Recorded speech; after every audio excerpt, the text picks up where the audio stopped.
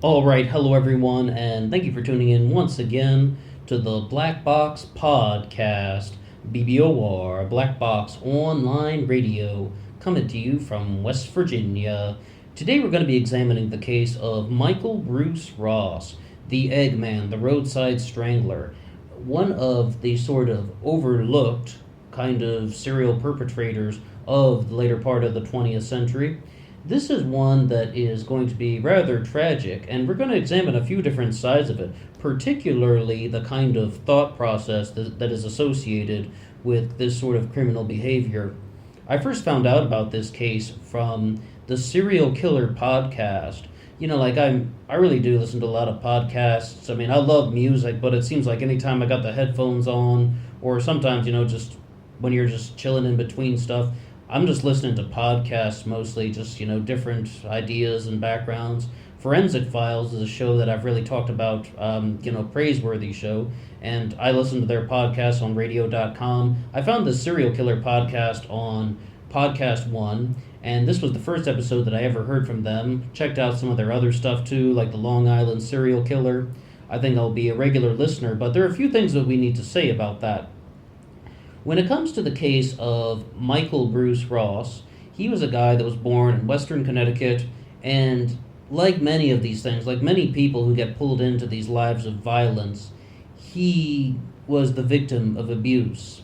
He had a very problematic situation, and he was beaten severely by his mother, but at the same time, he's also someone who is very intelligent. They make an enormous amount of comparisons between him and Ted Bundy, and I'm going through some of the other articles and just countless descriptions about how Michael Ross is similar to Ted Bundy, and they even bring up the IQ stuff about how, Ted Bundy had a higher IQ, but still, they're just like, Michael Ross went on to get past the abuse of his, mother, and he went on to graduate from Cornell University with a degree in agricultural economics. And this is once again something that we were talking about during the Robert Hansen upload. When you get somebody, yeah, they have a lousy upbringing, yeah, they're somewhat antisocial, but then they just have everything going for them. But it's not enough. It doesn't get rid of the darkness. And I say that very metaphorically, but it doesn't get rid of the dark, twisted abuses that are going on in their life. He graduates from Cornell with this degree in agricultural economics. He could have done so many things that were not homicide related. But the thing is, though, when we're going to be having this discussion here right now, I think one of the big things to do would be not to focus so much on the criminal actions. The only thing we would say about that is he was a serial rapist and murderer.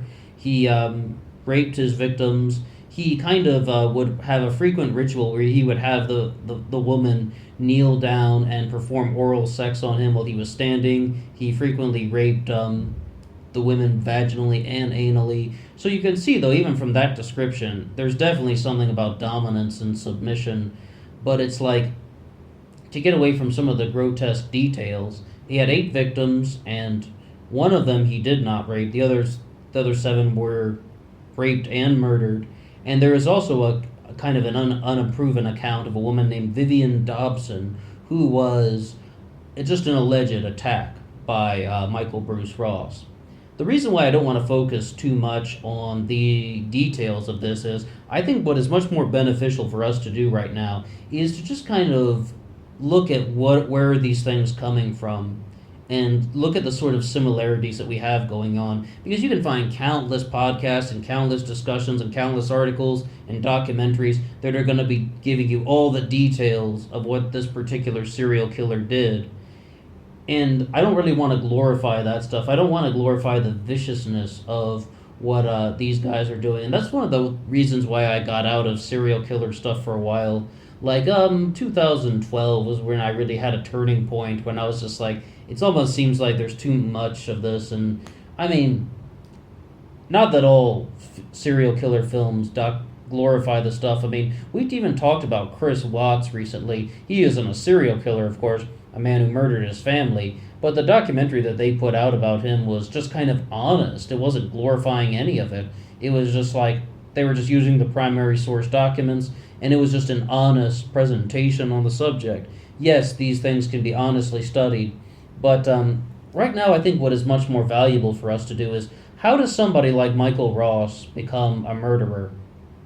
Because a lot of people are, dealing with abuse growing up. A lot of people get beaten and they're the victims of physical abuse and sexual abuse, but they don't become murderers. One of the other things, though, that they said about Michael Bruce Ross was that he was somebody that was very antisocial, lots of trouble making friends, just against the social norm, and also he had to take on a job on the family's chicken farm, slaughtering like the deformed and just kind of like chickens that could not be used. And once again, dealing with the abuse of animals, that is a consistent thing that we see throughout the development of when someone's becoming a serial killer. Also, setting fires would be another one, but I don't think we have that exact thing in some of the descriptions here. Michael Bruce Ross also has a lot of bizarre behavior in his family. His mother had serious mental issues, not only because she's abusing him, but she was also institutionalized.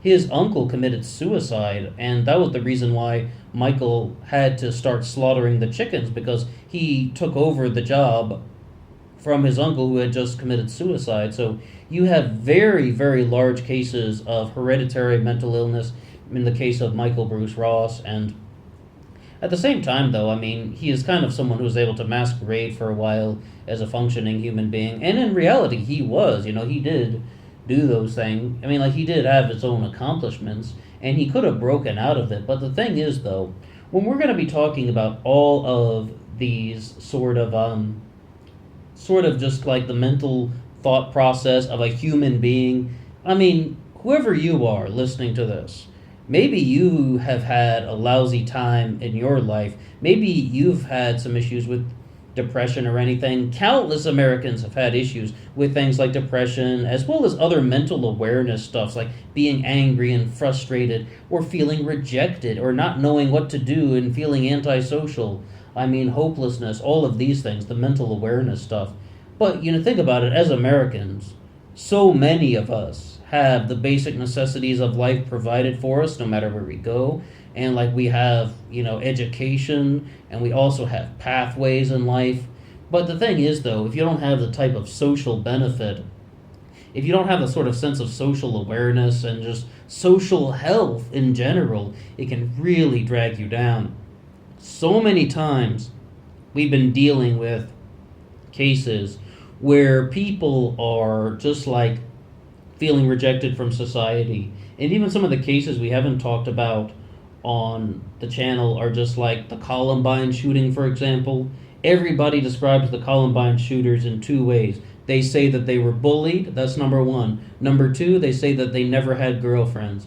And like in just all throughout the literature, that's what they say about the two Columbine shooters. And it's just like, when you can really see that stuff in somebody like Michael Bruce Ross, who would go on to become, the Eggman and the Roadside Strangler. I believe they gave him the name the Roadside Strangler from, what was it, a film or something they made in 1995, and just all the other serial killers featured in that documentary had a quote-unquote alias or something, or just a tagline, so they gave him the name the Roadside Strangler.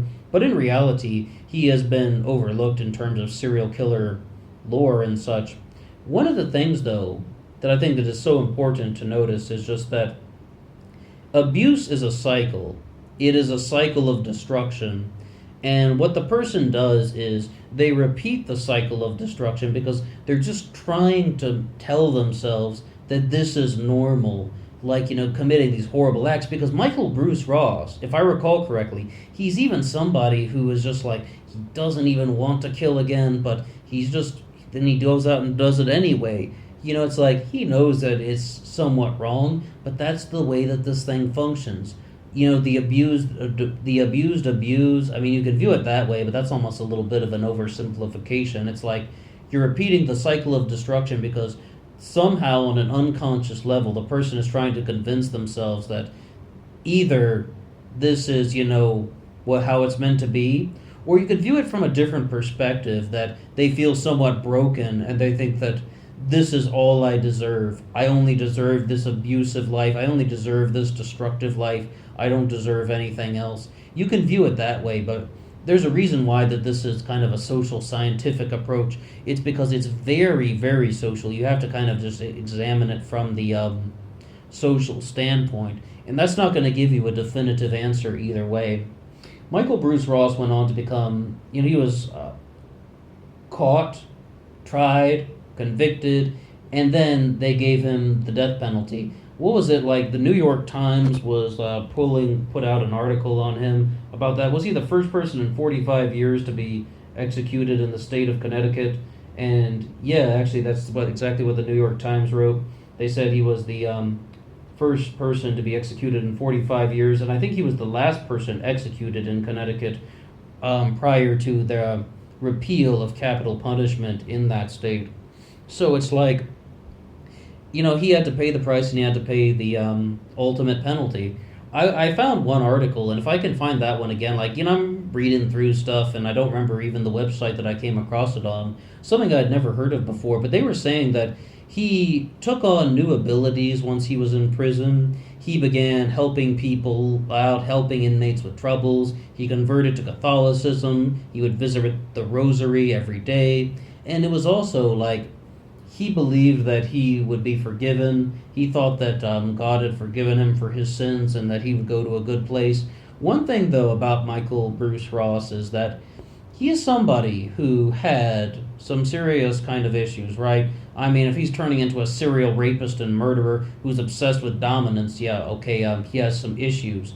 But he never really lost his sense of mental awareness and cognitive faculties, and even like writing, notes to doctors and stuff around the time of his death. It's like you could really tell he hadn't lost complete usage of his critical faculties the way that somebody such as his uncle would have, or that his mother would have. So it's like, it really just feels like there's this kind of hairline in between insanity and normal. And I mean that like a razor thin edge, just a hairline, where it's just like you could just slightly cross over into the realm of destruction and chaos the way that somebody like Michael Ross did.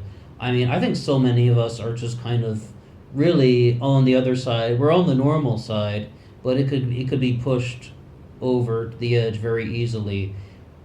And one of the biggest motivations is, look at it, money, sex, and power, right? The three reasons why people commit crimes. Yeah, this is very sexual. I mean, this is a very sexual thing. He's demanding sex. Women get on their knees and give him oral sex. That's the submissive position, and he's in the dominant position. I mean, that should give you some window into his soul if he's making all the women do that regularly, or the ones that cooperate and go along with that anyway. But then it's like, it's just, and that's a very much focus on power. And, we're just one of the women who was actually even accusing our current president of sexual misconduct. I mean, I don't even know why. This is kind of off on a tangent, but it's just like, she was just saying, though, it's like, he didn't rape me. If we're going to say rape, that's something sexual. This was all about power. It's like, I mean, that's a very common expression. Excuse me for kind of introducing that in a weird way, but it's like, I mean, that's what they say. Rape is not about sex, it's about power. Granted, it's like, I mean, he definitely seemed to get some sort of rush out of this. He would talk about ejaculating inside the woman and just like, that's a release and things like that. But yes, it's about power. It's about feeling rejected from society and not knowing how to cope with that. And, it's like, are we just going to be living in this world? Are we going to live in this world where people are falling through the cracks? Are we going to live in this world where the system has failed people? I mean, so many times when we talk about these murders on the channel, about the cases that have been solved, it's just like someone has slipped through the cracks. And overwhelmingly, we have cases of people who feel rejected from society and they felt that they were unloved during their youth, in their teen years. We mentioned Robert Hansen on the show, but what about some of these theories about the Zodiac Killer and stuff, targeting lovers' lanes, the animosity toward women? Where's that coming from? It's just like, it's a repetitive cycle that we're seeing going on in the world, just about how people feel rejected from society. They feel like they are unloved in their childhood, their youth, and their teen years, and they cannot overcome that. We could even be dealing with people who are married, people who have their own children, and it's just like they can't get over these like painful experiences that they had. And I do mean painful because things like humiliation and rejection are just kind of very damaging to the human state of mind. And their only response is, well, let's just continue the cycle of destructive behaviors for those two reasons we mentioned. You want it to feel more normal, and you're also telling yourself that you don't deserve anything better than just this unwarranted cycle of destruction. This is what I deserve because I'm not that good of a person. I hope that this is going to get better in the future, and one of the ways to do this is to have better access to things like mental awareness education. Once again, it's just about having sort of an education plan